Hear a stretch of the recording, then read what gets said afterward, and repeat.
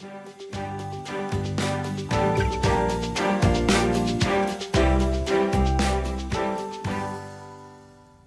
everyone, it's Miriam with a Y. I was sent a sampling of a totally new line of alcohol inks and their related solutions. Now, ordinarily, I would be very happy to try a new product, but this time I'm more than just happy. I'm pretty darned excited to try everything here, because if the added solutions do what they say, the way we work with alcohol ink is about to change radically. That sounds pretty bold, I realize that. But the claims of these solutions, well, they're very, very bold. Now, before we go further, I want to tell you that these inks are being made in Dublin, Ireland, and will involve a significant shipping charge to those of us not in that part of the world. But again, if these do what they say, we may not care, and we will probably happily pay the shipping charge. Shipping is only free with a $150 purchase, which is a lot of ink. Now, I'm so happy for you European viewers, because you guys usually get to see me use all this stuff that's only really available here in the States and you can't ever get it. This time around, you're the lucky ones. We here in the States can get all of this, but we'll have to pay shipping. Now, I'm going to break this up into two videos. This part will explore the inks themselves, and the first of the three potentially revolutionary solutions. Part two will explore the other two probably shocking solutions. Okay? Let's do this. The first awesome thing about these inks, they have switched over to non-toxic ingredients. So for those of you that might have been a little leery of the chemical makeup of alcohol inks, these KIELTY inks, I hope I'm pronouncing that properly, may now be your way of joining in the fun of this medium. Let's check out these bottles. The first thing you'll notice is that these bottles are very different than bottles from, say, Ranger or Jacquard's Pinata line. They come with these serious precision attachments. I mean, I'm talking precision. I'm used to using these little needle tip bottles that I like very much, and the hole on these is pretty good. You know, I get a lot of real decent precision using these. The holes on these guys, I can't even see the hole on this plastic attachment, but it's there. And the hole on this needle compared to that needle, well, the whole needle here can fit inside this needle, which is shocking right there. And then there's a hole there, so I can't wait to see how tiny of a drop this is going to be able to give me. So when you open one of these, you have the option of using the tip of the bottle, and then even the inside of the cap is different. It's got like a little well inside that sort of captures the tip of this. So you have three options for this. You can use this tip, or you can add the needle, or you can add this plastic tip. So that's a lot of advantage right there. I'm loving that already. Like other inks, these come in a 15 milliliter bottle, and they have the same footprint as other alcohol inks, well, most popular ones. So if you use these little acrylic holders, these will fit in just fine. And there'll even be a little bit of room for your little extra little needle things, because I think you're going to want to dedicate your needle tips per each color so that they don't contaminate each other. The color names are beautiful Celtic words that I can't pronounce, but on the website you can also see the traditional color names too, for those of us with sadly no Celtic knowledge. Now that we've been properly introduced, I think it's time to play a little. And to start out, I've pulled out a ceramic tile. This is a 6 by 6 inch ceramic tile, and some 91% isopropyl alcohol to thin the inks if I want. Now, KIELTY does have a blending solution. I just don't have any, so I'll use isopropyl alcohol. Now, I've gloved up just because alcohol inks can stain. I'm going to start out with Aqua. A little bit of alcohol to move it around.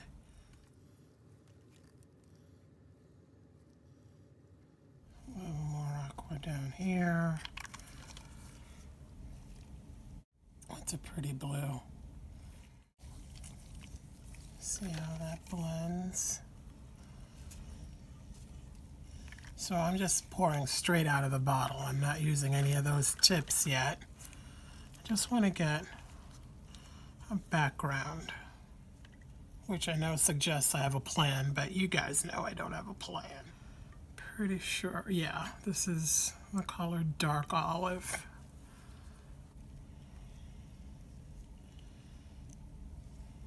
And now, just gonna blow.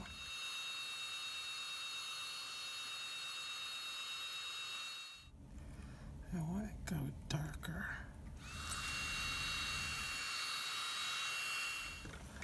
See, what I'm doing now is kind of creating a background, and then I'm hoping that the background tells me what it wants to end up being. I'm not there yet.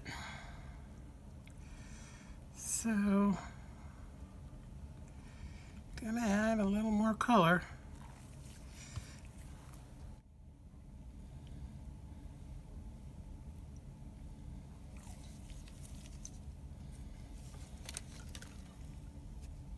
So what I'm doing now is seeing how well this ink can handle being really broken up by alcohol, and it's really playing very nicely. A lot of inks get all grainy and break up and just don't handle being thinned this much without being compromised. This is not having that problem. I'm very impressed by that. I may end up eliminating all my blue at this rate, but that's okay, because I'm still playing and seeing what is going to develop.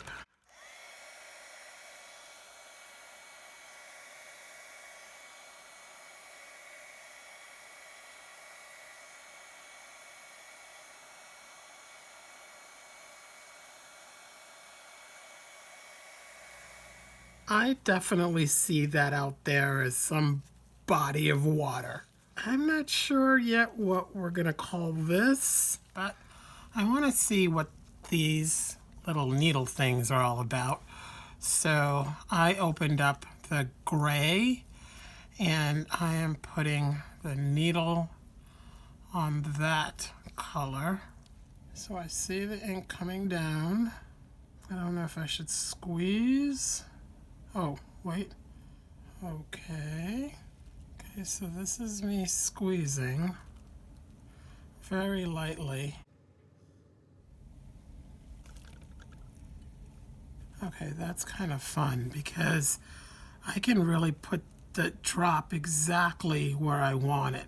You can't usually do that with any other bottle because whenever you go to tilt every other bottle, by the time you squeeze, you get such a big drop, or it doesn't land where you want it to. This, I mean, I can literally rest it on the tile. That's awesome. Oh my gosh.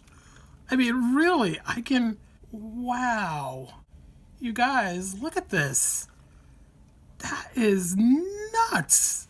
Oh, this is way cool. All right, so these are 2 round. If I'm gonna make these kind of like bouldery kind of looking things, I gotta make these less round. Oh, but this is cool. Okay, this tip is brilliant. Ordinarily, to be able to get this kind of precision and get it right where I want it, I would have to use like, you know, like a Q-tip or a bamboo skewer or something. Never the bottle itself. Let me see now if I can draw with it. Oh, I am a happy camper. Okay, so I've got my little rocky little shore here or something. Again, I don't have a plan. All I know is that that's water. Still don't know what this is. I'm thinking it's like a sand dune-y thing. Maybe. Yeah, it looks kind of like that. It looks kind of beachy-ish. And we're getting like a pebbly rocky thing. Wait, I've got a color called seaweed. Let's play with that too. Oh my God. Okay, I love this. I really thought I had all types of fun with alcohol ink and that nothing could surprise me. This is surprising the heck out of me. So this, I'm not even going to try to pronounce the Celtic name, but I know that the traditional name is seaweed for this. So I'm putting the needle tip on. Oh, I dig this. Get a little teeny one in here. Oh, look how little that is. You guys, okay, seriously. Oh, look at this itty bitty drop that I was able to put down. That's crazy. Oh, I love this. I just do. Let's try one of the plastic tips. Let's go with the olive again. So now I'm putting the fine tip plastic. Let's see how that works. Okay.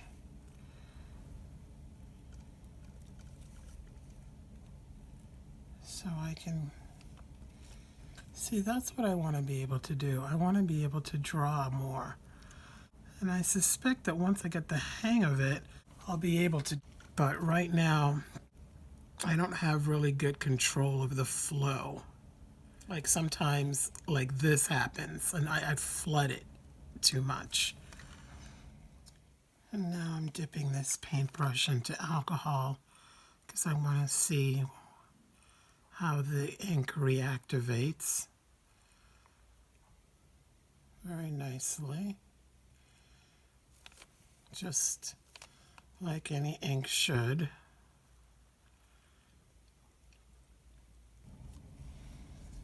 Okay. I like the texture going on down here. I am liking this ink so far. It is behaving beautifully. I want to try to get this dark spot out. At least thin it. And I'm putting a couple of drops down here to play with. And I'm just going to paint in some sort of vegetation-ish thing.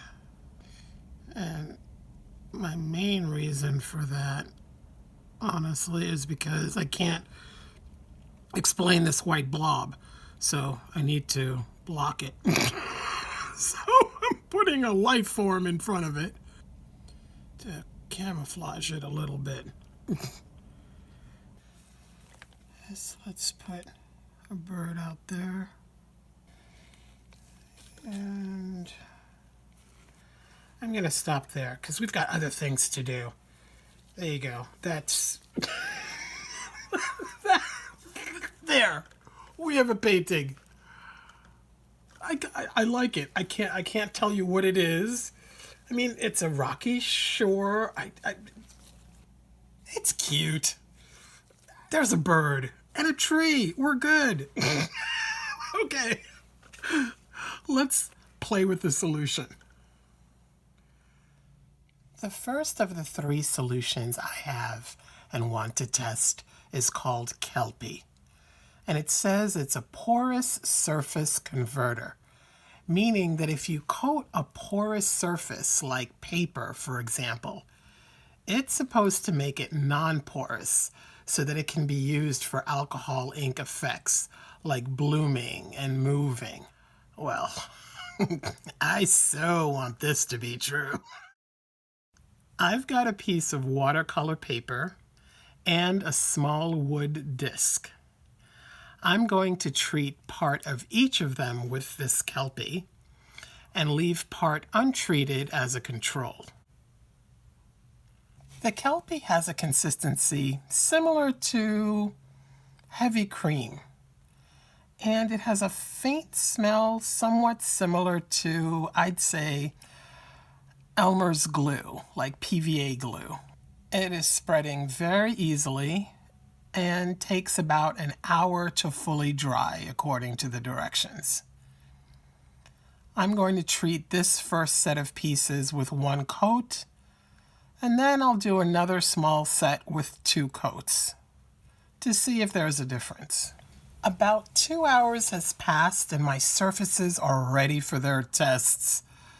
The KIELTY dries pretty much as it looks wet, so it gives the surface a translucent whitewash look. I'm thinking that's probably a good thing because colors will pop better against the white than, say, the natural color of the wood.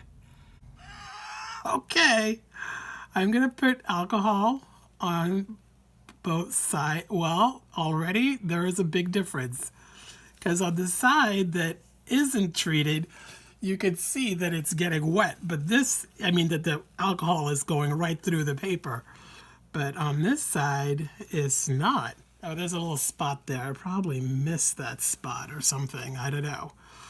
I'm gonna drop some alcohol ink there and some alcohol ink here. Oh, wow. It is really moving here. What?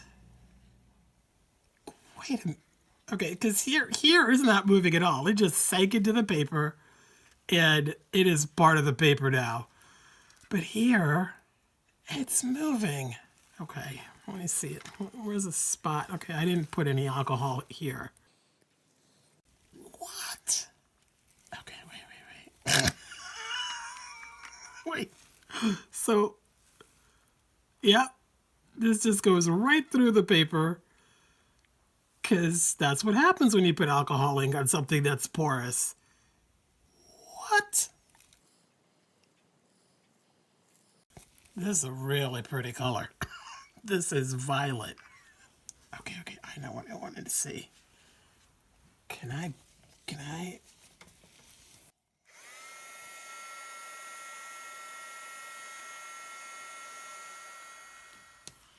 Oh my gosh. Look at that. It didn't, I'm guessing these are spots I missed, but it didn't bleed through the paper even. Okay, let me see if I add a drop of ink. And this is Clover.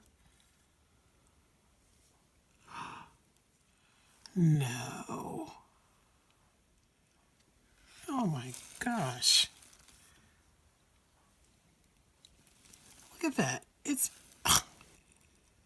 That's crazy. All right, let's try the wood. Same thing. Drop here. I'm not even going to do it. See, it seeps right into the wood. That's... It's not doing it. It's kind of moving.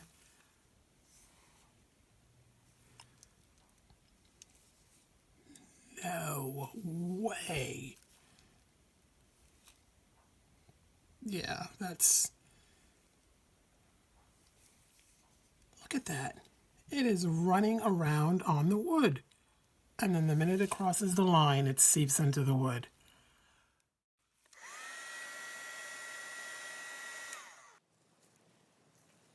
Whoa. Now, it can't do the round rings that it would do, let's say, on a ceramic tile, because the wood has fibers and things that are going to kind of direct and inhibit like a perfect ring forming. But still, that is impressive.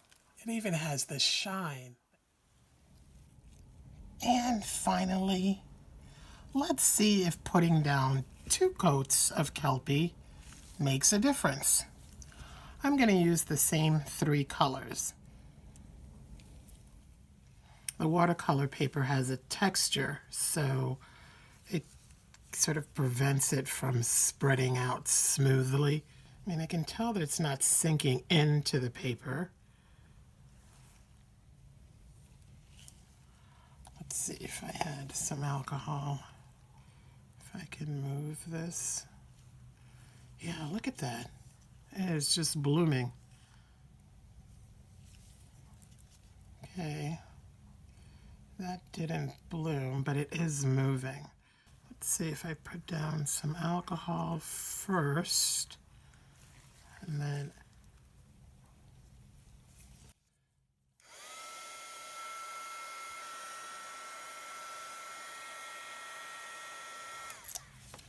well, I'm not trying to make something pretty, I'm just trying to see how the ink moves, but that's 1 coat, and that's 2 coats. I'm not seeing an appreciable difference. Let's see if it makes much difference on the wood. Okay, that is definitely blooming. So is that. So is that. Okay, this is moving better than it did here. So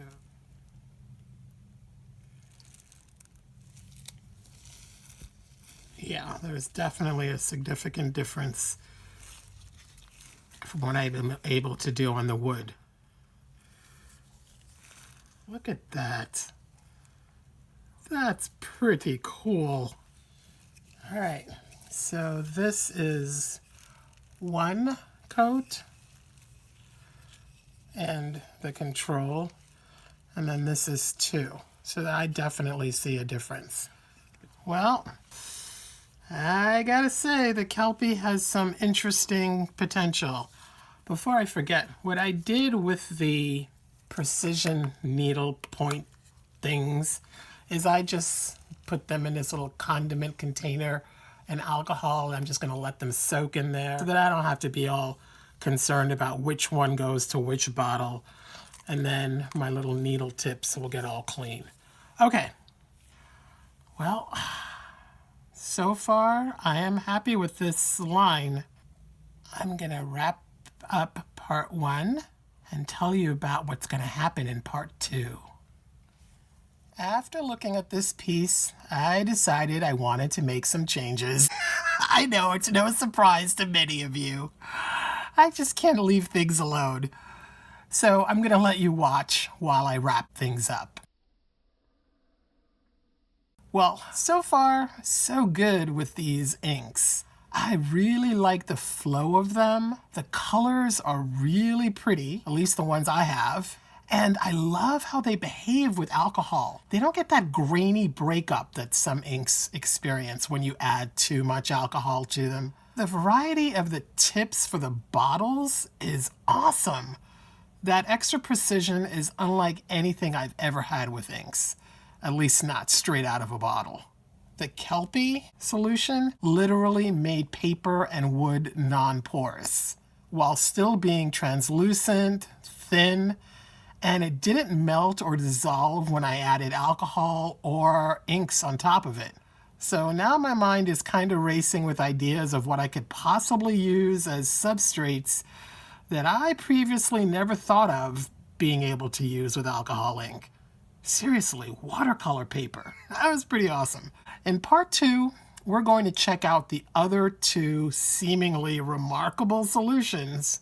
One of them says that you can use it to coat a layer of alcohol ink that you've already painted and then put another layer of alcohol ink on top of it without moving the previous layer. So in other words, it's going to protect the layer beneath. And it also lets you protect part of a painting while washing away the rest of it. Yeah, again, you know, I gotta see it to understand that. And the other solution says that it can keep inks wet for hours if necessary, so that you can take your time while you're painting with alcohol ink. No more rushing to get the piece done quickly because the ink's gonna dry, or trying to keep adding alcohol because your ink is drying. This solution says it keeps your ink movable. My mind can't fully wrap itself around all that, so make sure to subscribe and hit the bell so that you don't miss seeing these in action. I'd also be super grateful if you'd share this video as much as you can. I suspect you've got some ink-loving friends who may just need to know about these inks and solutions. Let me know with a thumbs up if you're looking forward to part 2, and to let me know you'd like me to continue finding new things to explore with you. And most definitely, tell me in the comments what you're thinking so far. How much do you think this new line of ink products could change how you work with this amazing medium? Which of the solutions would you want to have?